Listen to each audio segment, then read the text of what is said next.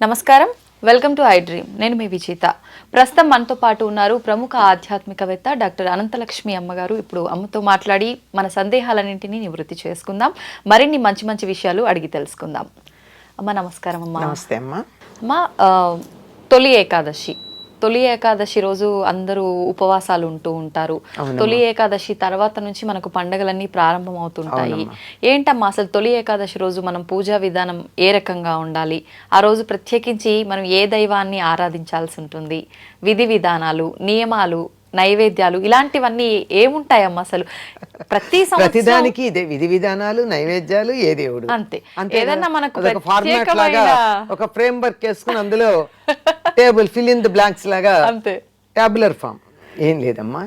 తొలి ఏకాదశి, ఆషాఢ శుద్ధ ఏకాదశిని తొలి ఏకాదశి అంటారు. తొలి ఏకాదశి అంటే ఇది ఇక నుంచి పండగలు మొదలు అని అర్థంలో చెప్పారని అనుకుంటాం. అవునమ్మా, పర్వాలేదు అనుకోవచ్చు, కానీ వాస్తవం అయితే చాతుర్మాస దీక్షకి మొదటి ఏకాదశిది. చెప్పాను కదా, 4 నెలల పాటు చాతుర్మాస దీక్ష తీసుకుంటారు. ఎందుకు ఈ 4 నెలలు అంటే, ఈ 4 నెలలు శ్రీ మహావిష్ణువు యోగ నిద్రా ముద్రితుడై ఉంటాడు. ఇప్పుడు మనకి రోజుకి ఎన్ని గంటలు ఉంటాయమ్మా? 24. సంవత్సరానికి నెలలు ఎన్ని? 12. పక్షాలు ఎన్ని? నెలకి 2 పక్షాలు కనుక 24 కదా. మనం ఎన్ని గంటలు పడుకుంటాం రోజుకి? 6, 8 మ్యాక్సిమం, ఇంకంతకన్నా పడుకోకూడదు. ఈ మనకి ఒక సంవత్సరం జరిగితే దేవతలకి 1 రోజు అవుతుంది. మనకి రోజులో 24 గంటలు ఉన్నట్టు వాళ్ళకి సంవత్సరాన్ని 1 రోజుగా వేసుకుంటే 24 పక్షాలు ఉంటాయి. రాత్రి మనం 8 గంటల విశ్రాంతి తీసుకున్నట్టు దేవతలు విశ్రాంతి తీసుకునే కాలం 8 పక్షాలు అనగా 4 నెలలు. అర్థమైందమ్మా. సో ఈ 4 నెలలు కాలస్వరూపుడైనటువంటి విష్ణువు యోగ నిద్రలో ఉంటాడు గనక అందరూ కూడా ప్రశాంతంగా ఒక చోట కూర్చుని ఉండి సాధన చేస్తారు తప్ప ఈ ప్రచారాలు, సంచారాలు ఇవేమీ చెయ్యరు. ఇది చాతుర్మాస్యం. ఈ చాతుర్మాస్యంలో ఎక్కడి నుంచి మొదలంటే ఆషాఢ శుద్ధ ఏకాదశి నుంచి మొదలు. కనుక చాతుర్మాస్యంలో వచ్చే మొదటి ఏకాదశి ఏది? తొలి ఏకాదశి. అది ఇది తొలి ఏకాదశి. చివరి ఏకాదశి ఏది? కార్తీక శుద్ధ ఏకాదశి. దాన్ని ఉత్థాన ఏకాదశి అంటారు, దీన్ని శయన ఏకాదశి అంటారు. అంటే శ్రీ మహావిష్ణువు శయన నిద్రకి వెళ్ళినటువంటి ఏకాదశి అని చెప్పి శయన ఏకాదశి అంటారు. అంటే ఆ రోజు ప్రత్యేకంగా పూజలు అవన్నీ ఏం చేయొద్దామా? చెయ్యొచ్చు. ఏం చేయొచ్చు, ఎందుకంటే ఈ రోజు నుంచి విష్ణువు నిద్రకు ఉపక్రమిస్తున్నాడు గనక ఆనాడు విష్ణువుని పూజిస్తారు. మీరు గమనించండి, మనకు ఉన్నటువంటి ఊళ్ళో ఉన్నటువంటి అన్ని విష్ణు ఆలయాలు, ప్రత్యేకంగా పాండురంగడాలయాలు తొలి ఏకాదశికి ఇసకేస్తే రాలనంత కిటకిట్లాడుతూ ఉంటాయి. పైగా ఇది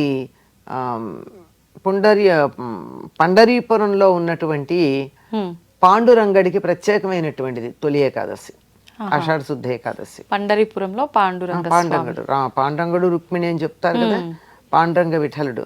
దానికి చాలా ప్రధానంగా ఉండేటటువంటిది అక్కడ తొలి ఏకాదశి నాడే. కనుక తొలి ఏకాదశి అంటే మొదటి ఏకాదశి అని అర్థం చాతుర్మాస్యంలో. ఈనాడు ఏం చేస్తారంటే విష్ణువుని ఆరాధిస్తారు, ఉపవాసం ఉంటారు.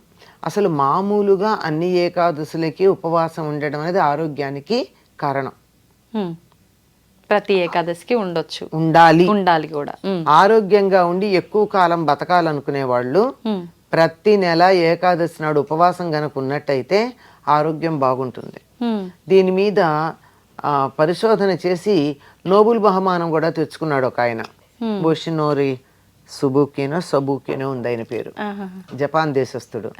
ఆటోఫాగి అని మనం ఉపవాసం చేసినప్పుడు మన శరీరంలో ఉన్న మలినాలన్నిటినీ, అక్కర్లేని కణాలన్నింటినీ మన శరీరంలో ఉద్భవించేటటువంటి రసాలే స్వీకరిస్తాయిట, తినేస్తాయిట. అందువల్ల క్యాన్సర్ కణాలు ఏవైతే ఉన్నాయో వాటిని ఉపవాసం ఉన్నప్పుడు మన శరీరమే తినేసి పనికిరాని కణాలు లేకుండా చేస్తుందంటారు. ఓకే. కనుక పైగా దానికి తర్వాత ఇంకొక పరిశోధన కూడా చేసి ఏకాదశి నాడు ఎందుకు ఉండాలి అన్నదానికి ఈ ఆటోఫాగి జరగడానికి కావలసిన ఉపవాసం చేయడం 15 రోజులకు ఒకసారి చేయాలని వాళ్ళు చెప్తే అంతవరకే ప్రస్తుతానికైన పరిశోధన. ఏకాదశి నాడు చేస్తే అంత బాగుంటుందో జ్యోతిషశాస్త్రపరంగా మన వాళ్ళు చెప్తారు. కనుక ఆనాడు ఉపవాసం చేయడం అనేది చాలా ప్రధానమైనటువంటిది. అంటే సమీపంలో, వాసం అంటే ఉండడం. ఉపవాసం అంటే లోపల ఆహారం తీసుకోకుండా లంఘనం చేయడంతో పాటుగా మన ఇష్టదైవానికి సమీపంగా ఉంటే ఆ ఏకాదశి ఉపవాసం చేసినట్టు అవుతుంది. ఓకే అమ్మా, ఉపవాసం అంటే కొంతమంది అసలు మొత్తానికే తినకుండా ఉండి ఆ రోజంతా నెక్స్ట్ డే తింటారు, కొంతమంది ఒక పూట మాత్రమే భోజనం చేస్తారు. అసలు నిజంగా ఏ రకంగా చేయాలమ్మా?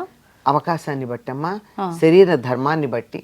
ఇది ఆహారం ఎంత తిన్నావు అన్నది సెకండరీ. ఇప్పుడే నేను మీ ప్రశ్న అడగడానికి ముందు చెప్పిన వాక్యం ఏమిటి? ఎంత భక్తి శ్రద్ధ ఉన్నాయి అని. అవునమ్మా.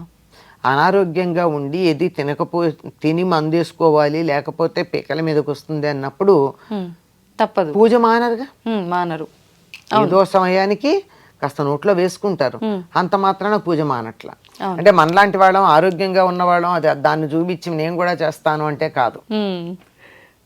అంతే కదా. అంతే అమ్మా, ఎవరి వీలుని బట్టి వాళ్ళు వెళ్తారు. ఓకే, పాలు పండ్లు అలా తీసుకొని ఉపవాసం కిందే వస్తుందమ్మా పాలు పళ్ళు లాంటివి. అంటే ఉపవాసం అంటే చెప్పా కదా, భగవంతుడి మీద మనసు కేంద్రీకరించడానికి కావలసిన తేలికైన ఆహారం. పళ్ళు పాలు వెంటనే అరుగుతాయి, అందువల్ల పొట్ట మీద బరువు ఉండదు. పొట్ట మీద బరువు ఉండదు గనక అక్కడికి జీవ ప్రజ్ఞంతా పొట్ట మీద చేరుకోవాల్సిన పని ఉండదు.